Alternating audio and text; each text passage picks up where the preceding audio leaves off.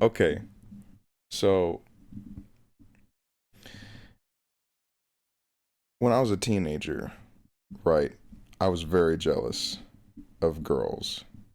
I was jealous of the freedom I thought they had. I was really jealous that they could wear whatever they want. They could wear masculine clothing or they could wear super feminine clothing and no one would care, right? That was just normal for them. And I was like jealous of how, girls could be in a friend group of other girls and they show like open affection and they like hug each other and shit. And you can't really do that in a heterosexual guy friend group. You can't do any fun shit with straight guys at all. They're just fucking boring. But not that I'm, anything other than that. Of course, right? But it's, you know, it got to a point where it became like borderline misogyny. Like I was so jealous and envious of women and their lives and how they looked that I just hated them because I didn't know how else to express that. I didn't know, not hated, but it was like, when you're jealous of someone, you almost want to bring them down, and so I didn't act on it very much, but in the second half of high school, I dated this one girl for 2 years, and I shouldn't have. I should have ended it a couple months earlier than it did end. Um, but I was super jealous of her. I was super jealous of her, not just because she had like privileges I didn't have, but because she could be beautiful and I couldn't. I had to be handsome. I couldn't be beautiful, right? Um, which is a normal guy experience all the time, I'm sure. I don't want to get into the story of her, but we broke up right after graduating partly because of distance, um, but also just because I was addicted to porn and she did not approve of that. And I had lied to her about it and said I would stop, and I didn't. And so she just was like, I don't want anything to fucking do with you. We're not talking anymore. And we never spoke again after that, besides a couple emails months later. And that was really hard because, growing up, I didn't have a very easy time making friends at all. And so I could have one good relationship with one person at a time, and that was basically it. And that was like her to me. I didn't have anyone to confide in except her, and that made it really hard to go about life after that. But on the gender experience, right? I've recently even I'll like see women at the gym and be like real like you'll go to the gym, right, and you'll see a very attractive woman who's in really good shape, and normally as a man you're expected to react with some form of lust or neutrality, and I was just like, I'll just get pissed off. I'm like, damn, why can't I look like that? Why can't my ass look like that? Why can't my hips look like that more accurately? And I'm just like, oh, dude, it's just hard, right?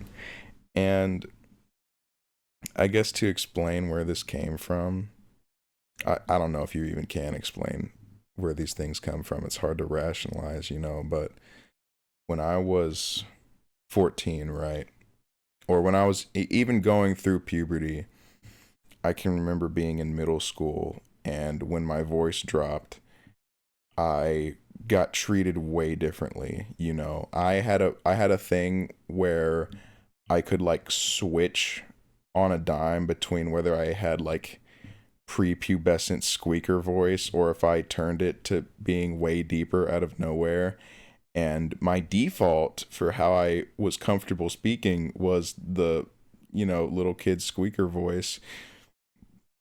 But if I turned on the fucking deeper voice, people thought that was a fucking crazy party trick, in school. They're like, oh man, that must be your real voice now, because I was big. I was a big child, right? I was like 5'10" when I was 12, and then didn't go much further than that. So I just hit my growth spurt, my last growth spurt, really early, right? So I was just larger than most of the other kids in school. Um, and they're like, "Oh, that must be your real voice now." I'm like, "No." And I would say the exact same thing, but if I said it with this voice, it was given more respect, you know. The more I used it, it was just like treated like there's some inherent authority that comes with appearing or sounding like you exhibit the traits of masculinity. And that's pretty weird, right? I think that's pretty, I get it. I get it now, you know, patriarchy and all that woke stuff. But at the time I was like, "Oh, okay, now I have to do this because I don't get in trouble as much if I do it." You know, and my whole life as a child, I felt like I was hiding. I was hiding. Like, it started even when I was a kid with my parents. Like, they had rules on what YouTube videos I couldn't watch. And because they didn't really monitor what I watched, I just hid what I was interested in from them. And I never let them know what I was doing ever online. So, like, I remember being like 10 and watching Steven Universe and hiding it from them because I was like, "Oh, they're gonna think it's gay." I don't know if I knew that they would think it was gay, but well, I guess so, yeah. I mean, I knew it had gay characters, and I was like, "Oh, I don't want them to see that I'm interested in this because it'll look bad." I don't know why I thought it would look bad, but I just believed it would look bad, you know. Um, or like I was 7 and I really liked My Little Pony. I really liked the fucking show. And but I realized it was for girls, right? You know, you're not supposed to like this as a boy. You're supposed to like fucking Transformers. No pun intended. And I also like Transformers, right? But I preferred fucking My Little Pony and SpongeBob. So when it was on Netflix, I would like only watch it when my parents weren't home so they wouldn't know that I liked this fucking show, you know. Um but it comes down to that sense of hiding all the time. Like I was really cringe in elementary school, and so I would just try to hide everything about myself because nothing about my personality seemed to be well liked by people. I was very sensitive to rejection. I was very, very sensitive to neglect and rejection. So I just kind of like internalized everything and became like a shut in, even from an early age, right? And just played video games and watched YouTube all day. And I became super depressed even when I was like 10, you know, from like 10 to 15 was just a blur of agony. I don't have many good memories of that time because I was just inside all day, unable to make friends, uninterested in much of anything at all except like video games and YouTube and like video essays and analysis because I was a fucking nerd, but not a nerd for anything that pays well. I was a nerd about analysis of the history of anime and shit like that, you know, anime that I didn't even watch, right? But so I was just a weird ass kid, right? I was a weird ass kid and couldn't didn't really feel like I had any freedom to explore myself or the things I liked. Because if I couldn't do something for free online, it just was not an option to me. Like my parents wouldn't buy me anything I wanted. So I was like, fuck, I'll play Fortnite because it's free. Or I'll play Geometry Dash because it's $2, and I don't trust that my parents would like get me anything else, so I have to make do with this, and I'll watch YouTube because it's free, um, and I can't get anything else, you know.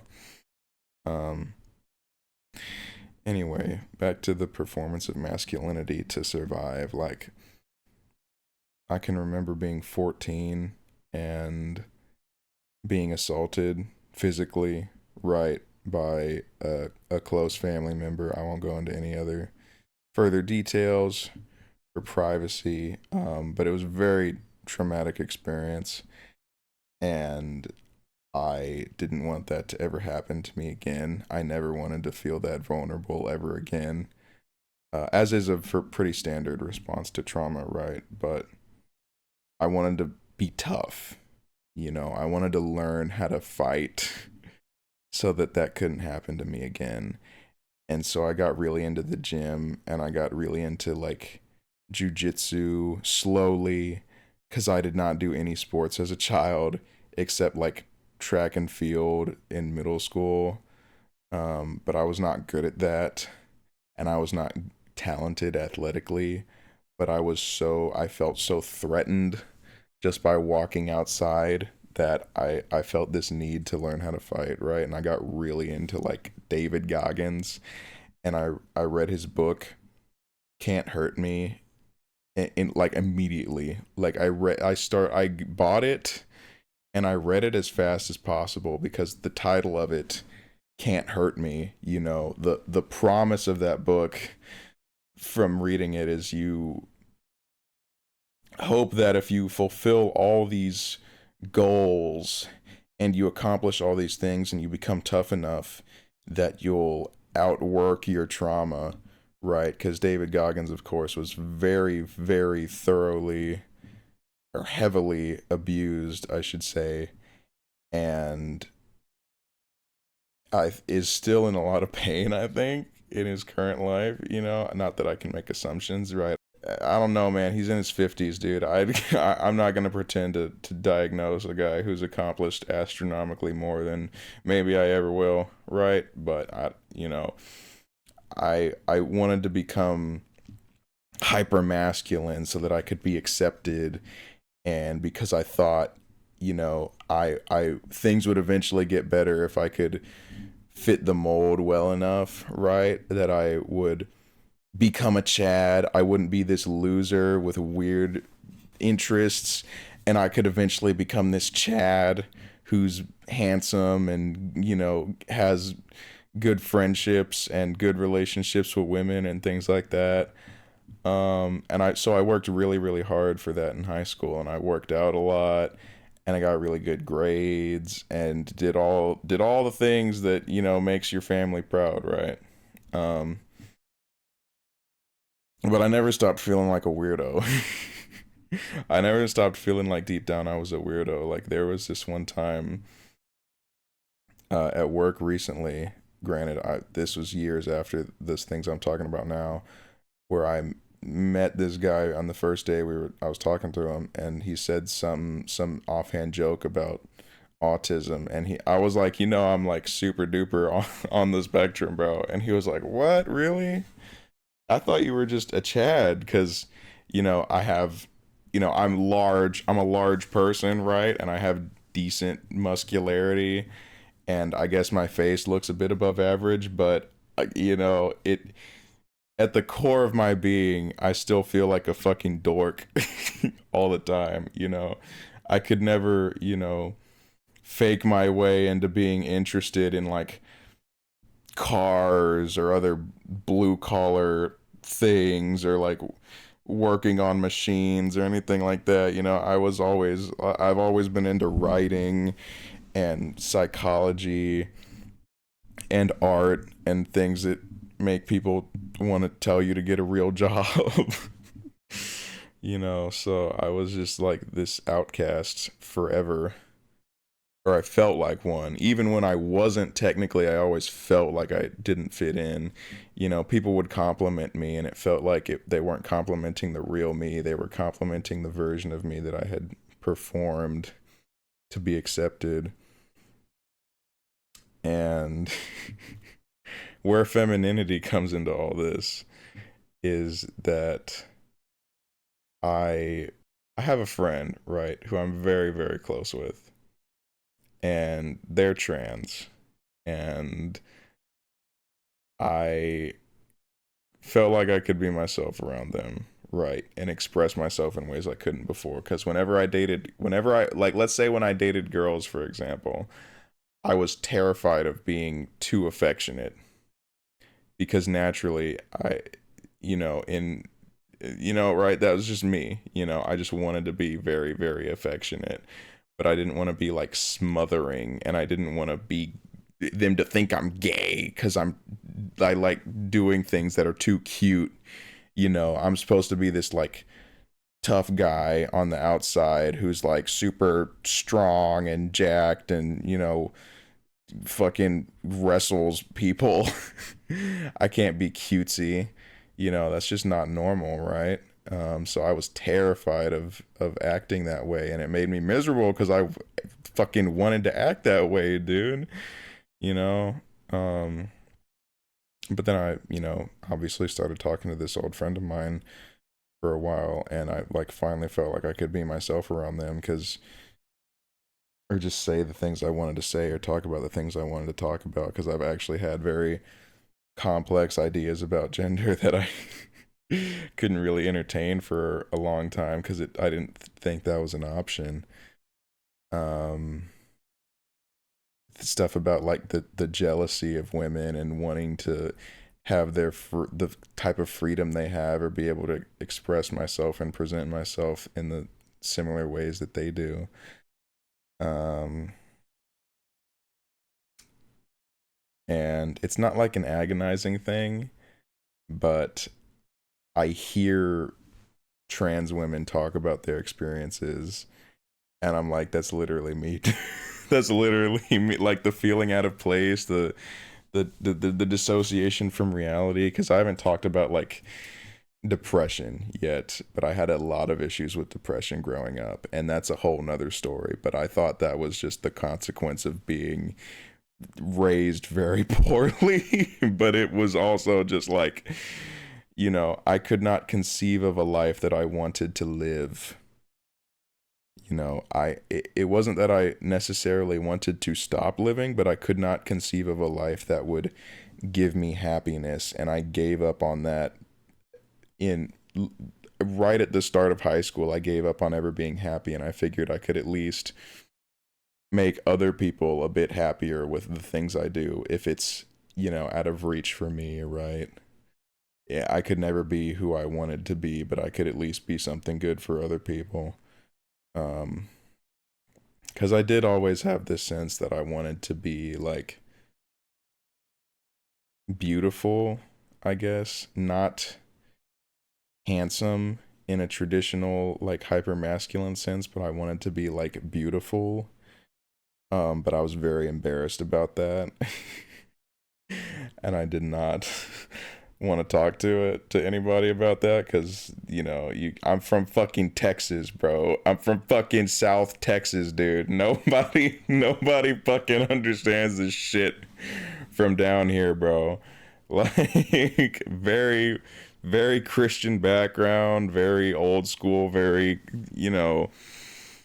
if something's different, you know it's probably a problem kind of mindset with a lot of people. Not everybody, of course, but a lot of people.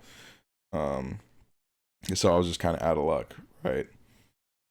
But the point where this got kind of unavoidable to where I realized maybe I'm trans, maybe I'm trans, guys, or at least not.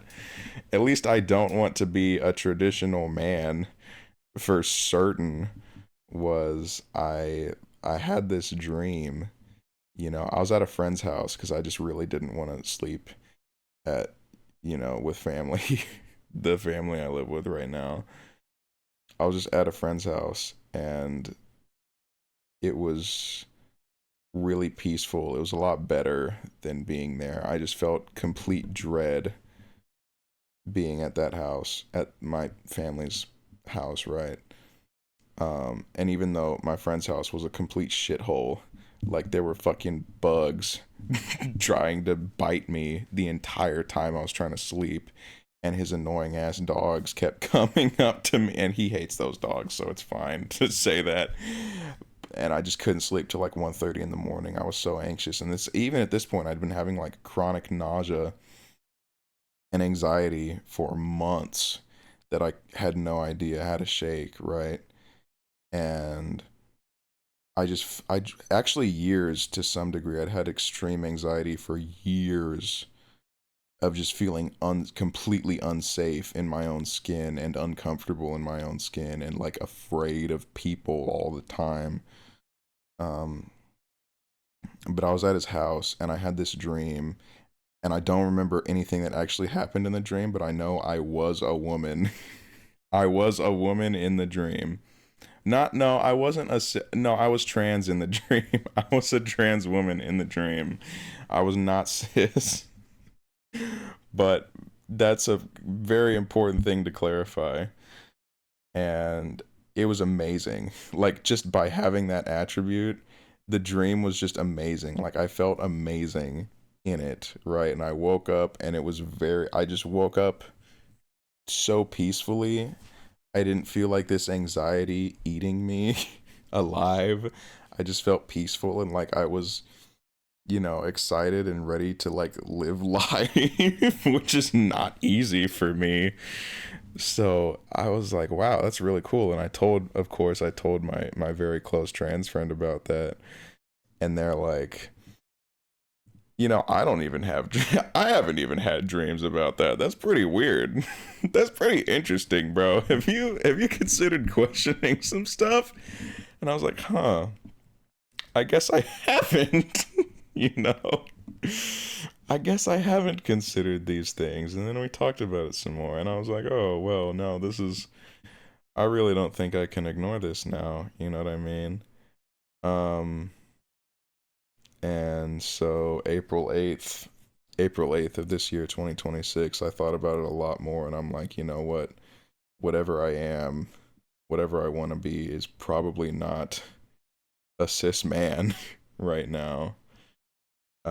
So yeah, that was a decision I made. I don't know if you can call it a decision, but it's I'm not gonna be able to get the politically correct lingo right now because I'm very new to this. You can tell because I have done zero voice training, and I just sound like a man. Um, but after that, my chronic anxiety went away. Like I used to get so anxious that I would be like nauseous to the point that I could barely eat, and I'd lose weight because of it, and it was very unhealthy and distracting, and I had no idea how to fix it.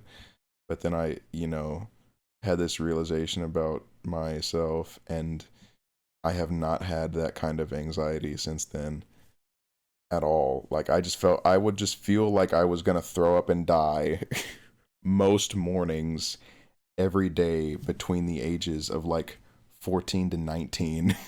Almost every day, and nothing could make it go away. Even if it slowed down, it would still be like at least once or twice a week, usually twice or more a week, where I would just wake up in the morning and feel complete fucking dread about my entire life ahead of me. And now with the possibility of living life as not a man, maybe not a woman, because then I live in America and I'll get fucking discriminated against, and life will suck in new ways. Although it would be really cool if I could do that and act the way I've wanted to act forever. It's very scary. It is the prospect of committing to that is very, very scary. Because I know most of my family members will not accept me, and they will be very confused, and they might not want to associate with me for a while, or maybe ever. I don't know. Um, so yeah, that's the story. That's the story, guys. It doesn't have a happy ending because it's still ongoing. Maybe it will soon. Maybe I'll make more videos about this as one does, because this is the sort of thing that's on my mind all the time, and that's kind of what this channel's for, is just things that are on my mind all the time presented in a very sincere and intimate format, because I don't care for any of the artificial glossy shit that's getting made now. I just want to be authentic and relatable. um So if anyone does think this is relatable or comforting, that'd be really sick. Yeah. Have a good day, I guess.